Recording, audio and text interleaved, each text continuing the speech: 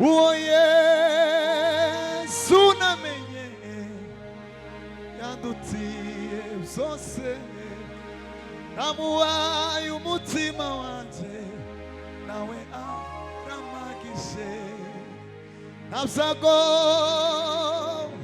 byantera ubwoba, yambereye ubuhungiro, uko bizamera kose azanyihanganisha, nakulilia wewe unisikie Mesia, kana mimi Mesia, nakulilia wewe unisikie Mesia, kana mimi wakati wa huzuni usiniache, kana mimi Mesia, nakulilia wewe unisikie, kana mimi Mesia. Haleluya, haleluya, haleluya.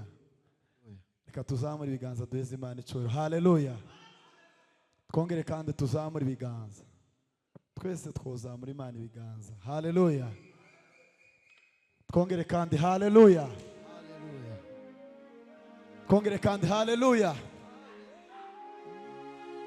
Nakulilia wewe unisikie Mesia, kana mimi Mesia, nakulilia wewe unisikie Mesia, kana mimi Mesia, nakulilia wewe unisikie Mesia, kana mimi Mesia. Tukuzamura ibiganza, nakulilia wewe unisikie Mesia, kana mimi Mesia, nakulilia wewe unisikie Mesia, kana mimi Mesia, nakulilia wewe unisikie Mesia, kana mimi Mesia, wakati wa huzuni usiniache, kana mimi Mesia, nakulilia wewe unisikie, kana mimi Mesia. Haleluya, haleluya. Tuzamure Imana ibiganza, nakulilia wewe unisikie Mesia, kana mimi Mesia, kana mimi Mwokozi Yesu, oh, siku zote za maisha yangu, kana mimi Mwokozi Yesu, oh, siku zote za maisha yangu, kana mimi Mwokozi Yesu, oh, siku zote za maisha yangu, kana mimi Mwokozi Yesu, oh, mama za maisha yangu. Haleluya, haleluya. Ariko abamwemeye bose bakizera izina rye, yabahaye ubushobozi bwo kwitwa abana b'Imana. Ariko abamwemeye bose bakizera izina rye, yabahaye ubushobozi bwo kwitwa abana b'Imana. Uwo Yesu namenye yandutiye byose, namuhaye umutima wanje nawe aramagije, ntabyago zatera ubwoba yambereye ubuhungiro uko bizamera kose azanyihanganisha uwo Yesu namenye yandutiye zose namuhaye umutima wanje nawe aramagize ntabwo zantera ubwoba yambereye ubuhungiro uko bizamera kose azanyihanganisha. Reka dutange hanyuma dutange mikoro ye gutanga haleluya hanyuma dutanga umwanya haleluya. Kera muracecetse haleluya haleluya. Ibi nibyo bihe byiza, ibi bihe nibyo bihe byiza kurusha ibindi, kandi hahirwa abamenye uwo mwana gatunga Imana. Reka dutange haleluya ku bwaka kane gusa. Naringiye kuzitanga cya gihe biba ngombwa ko zitanga uyu mwanya. None nimba tubyumva kimwe tubifatikanye tuzamura Imana ibiganza. Ndatanga zikeya gusa 14 nizo ntanga. Haleluya haleluya haleluya haleluya haleluya haleluya haleluya haleluya haleluya haleluya haleluya. Kongera tuzamura Imana ibiganza. Kongera tuzamura Imana ibiganza. Asigaye zingahe boni? Kanongereze. Bre hasigaye zingahe? Zine. None izo zine tuzitange duhagaze. Haleluya. Tuzitange duhagaze. Haleluya. Nimba umuntu yahishuriwe gukora bintu, gufungura igitaramo mkiki kugira ngo tubashe kuramya Imana, kugira ngo uzi umuntu kuzana ikintu mu rwandiko Pawulo yandikiye Abaroma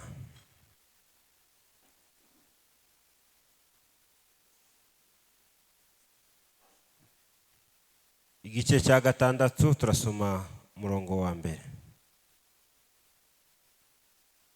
n'uwa kabiri. Dusome mu izina rya Yesu. Nuko tuvuge iki? Tugumye gukora ibyaha ngo ubuntu busage?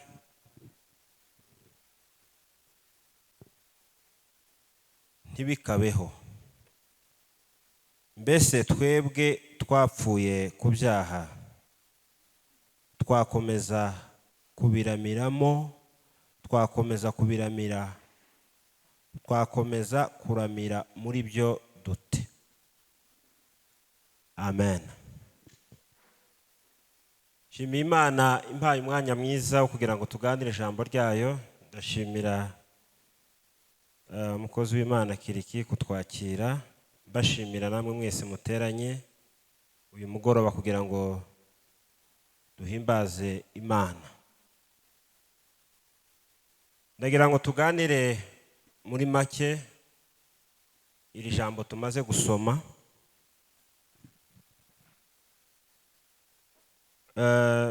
Ni amajambo Pawulo yanditse, yatangiranye n'ikibazo, kandi iri kibazo yabajije nicyo nanjye nshaka ko tuganiraho. Ni nawo mutwe w'amajambo tugiye kuganira. Tugumye gukora ibyaha ngo ubuntu busage? Ni ikibazo Pawulo yabajije.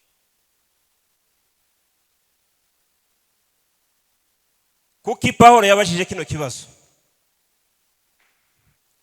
Nuko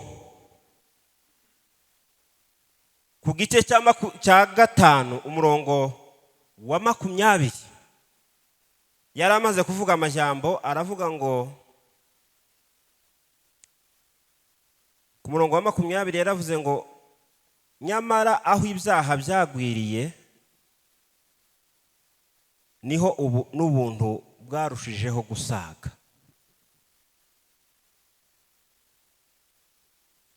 ibyaha byaragwiriye, ubuntu burasaga. Pawulo amaze kuvuga ayo majambo aravuga ngo iri jambo mvuze hari abantu bajya bumva nabi, bazashaka kwitwaza iri jambo kugira ngo ubuntu, noneho kugira ngo ubuntu bw'Imana bukomeze kubaho ari bwinshi, reka nabo baprofite bakora ibyaha kugira ngo ubuntu bw'Imana bukomeze nabwo bube bwinshi. Ashiraho kino gice twasomye kugira ngo atangira abantu bashobora kwitwaza ubuntu bwinshi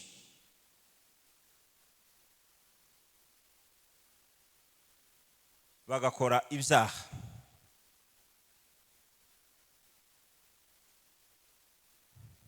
Hari abantu bashobora kwitwaza ubuntu bagakora ibyaha.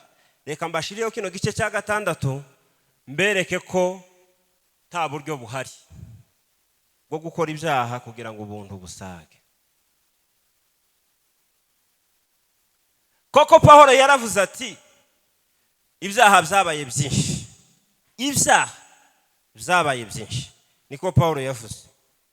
Bimaze kuba byinshi ariko ntibyigeze biruta ubuntu. Murongo wa 20 ku gice cya 5 yaravuze ngo ariko amategeko yaziye hanyuma kugira ngo ibyaha bigwire, nyamara aho ibyaha byagwiriye niho ubuntu bwarushijeho gusaga. Mu yandi majambo Pawulo yaravuze ngo ntabwo ibyaha byaruse ubuntu, ubuntu bwaruse ibyaha. Iri jambo naritekerejeho ntekereza ku byaha abantu baza bakora mu isi cyangwa biri mu isi. Iyi si irimo ibyaha byinshi, harimo ibyaha by'iterambere, hakabaho n'ibyaha kontrere y'iterambere. Niki?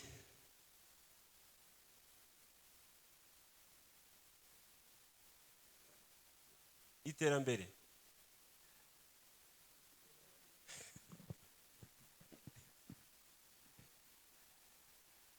abantu bateye imbere bafite ibyaha byabo, n'abateye inyuma niba ari abajanyuma,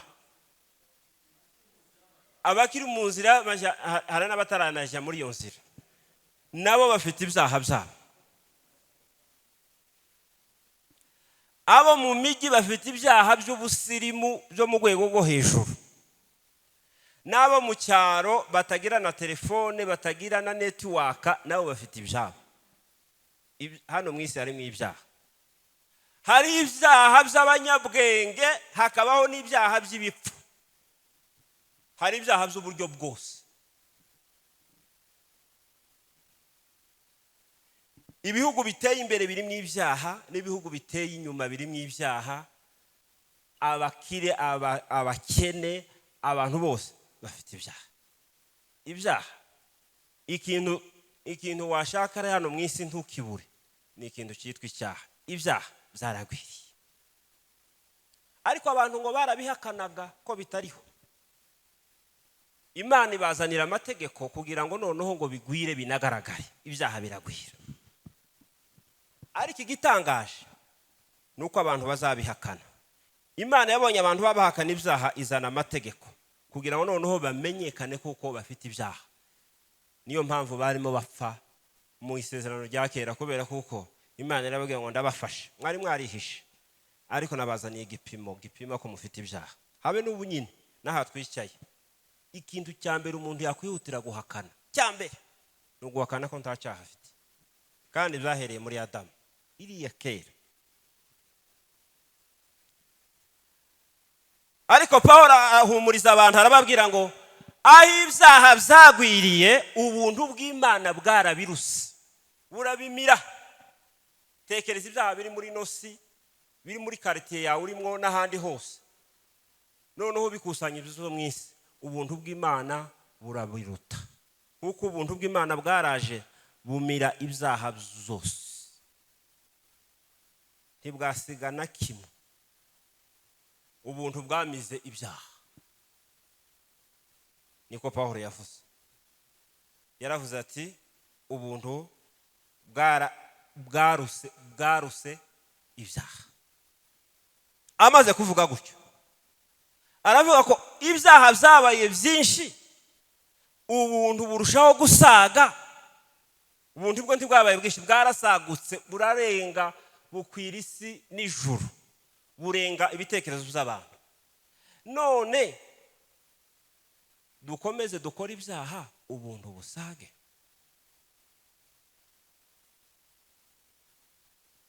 Duhindura ubuntu inzira yo gukomeza gukora ibyaha, cyangwa se ubuntu butuyobora gukomeza gukora ibyaha? Pawulo yakoresheje ijambo rikomeye riremereye, aravuga ngo ntibikabeho. Mu Kinyarwanda ntibikabeho siko bivuga mu Cyongereza. Mu Cyongereza aravuga ngo no means, ngo nta buryo, nta nzira, nta kuntu ubuntu bwaza bugatuma bugatanga inzira yo kugira ngo abantu bakomeze bakora ibyaha. Ni ukuvuga ngo nta buryo buhari, ni uguhakana kurenza ukundi. Mu yandi magambo, ntibishoboka, ntibibaho. Ubuntu nimba bwarabaye bwinshi, ntibutanga inzira, ntibutanga uburyo, ntibwemerera, ntibishoboka, si cyo bwaziye, ntibibaho. Ko ubuntu bwaza kugira ngo butange inzira, butange opportunity, butange uburyo bwo kugira ngo abantu bakore ibyaha. Muri no minsi hari abantu bari mu kubwiriza bakavuga impamvu nka zitatu tugomba gukora ibyaha. Iya mbere, baravuga ngo umuntu yaremanywe icyaha. Ntabwo babivuga direct gutyo, bavuga ko umuntu yaremanywe intege nke, kandi umunyantege nke ni nk'umuntu ufite nk'ubumuga. Iyo umuntu afite ubumuga, nyangwe se kuki wawe ugenda gutya, cyangwa kubera ko umeze gutyo, bikaba impamvu yo kuvuga ngo Imana nimba yaraturemanye intege nke, nta kundi ibyaha tubikore. Imana nta ntege nke yaturemanye. Imana yaturemye turi abantu bafite ubushobozi.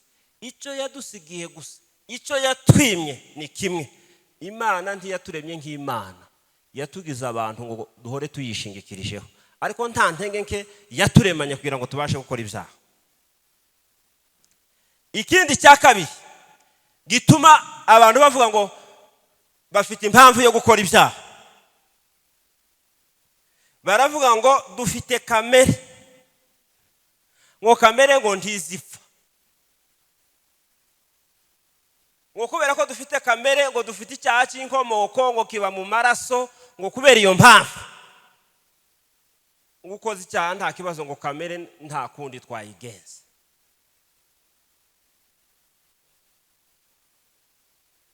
Siko Bibiliya ivuga.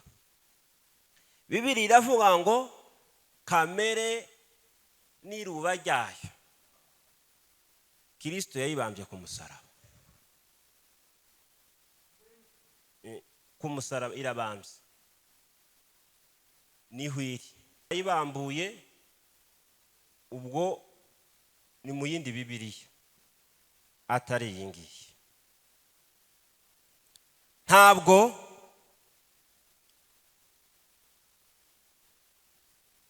umukristo wakijijwe kamere yarapfuye, kamere yarapfuye, ntikiriho, ntabwo ikiriho. Niyo mpamvu atagomba gukora icyaha. Niyo bya bandi bazavuga ngo umwana w'umuntu ngo bwakwira ngo atariye, ariko ntibwakwira ngo adakoze icyaha, ngo bagatanga impamvu ngo ni kamere, ngo kamere ngo ipfa ngo ari uko umuntu apfuye. Ariko Bibiliya igaragaza ko yapfuye. Izo ni ubwitwazo.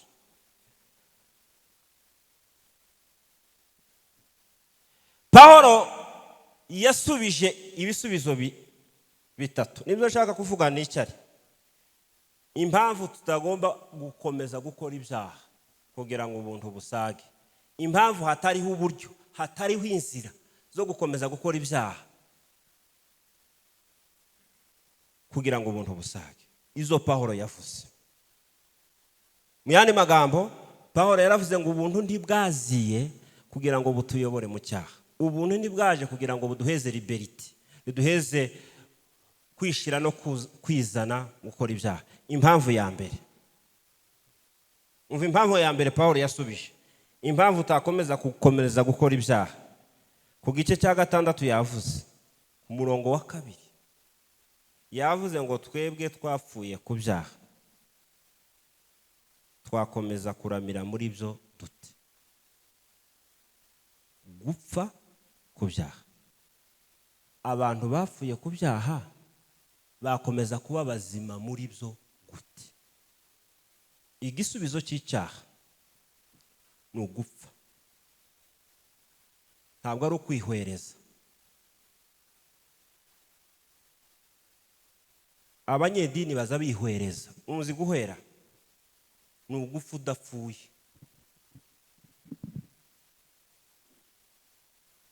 Igisubizo cy'icyaha ni urupfu, hatariho urupfu icyaha ntigishoboka. Twe twapfuye ku byaha, twakomeza kuramira muri byo dute? Vuba nkubwire, uzagerageza kurwana n'icyaha, uzaza uba wawihwereza, mu kandi kanya uhaguruke kikuzukane. Kuko ikintu cyahwereye akanya gatoya kiza gihembuka kikiruka. Nkubu kigifashe, umuti w'ibyaha ni urupfu. Twe twapfuye ku byaha, twakomeza kubiramiramo dute?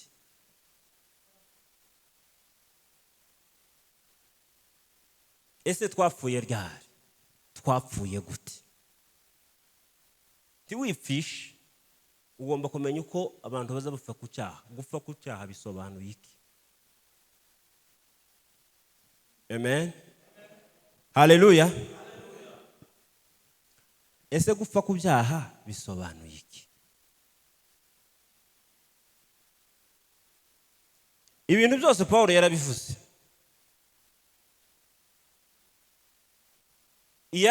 Igisubizo kiri ku murongo wa 3 n'umurongo wa 4. Amen. Igice cya 6 niho bivuga ukuntu umuntu apfa ku cyaha.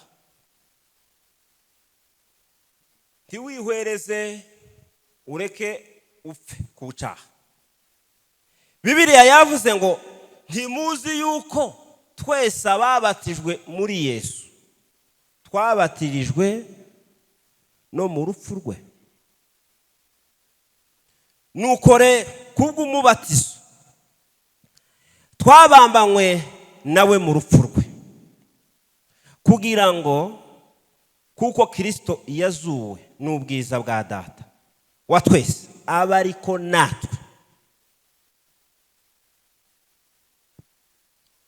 natwe tugendera mu bugingo bushya. Ikibazo tugira mu bukristo nuko hari icyo tuba dushaka gukorera Imana. Uko twese hano tuze ngo twaje gukorera Imana.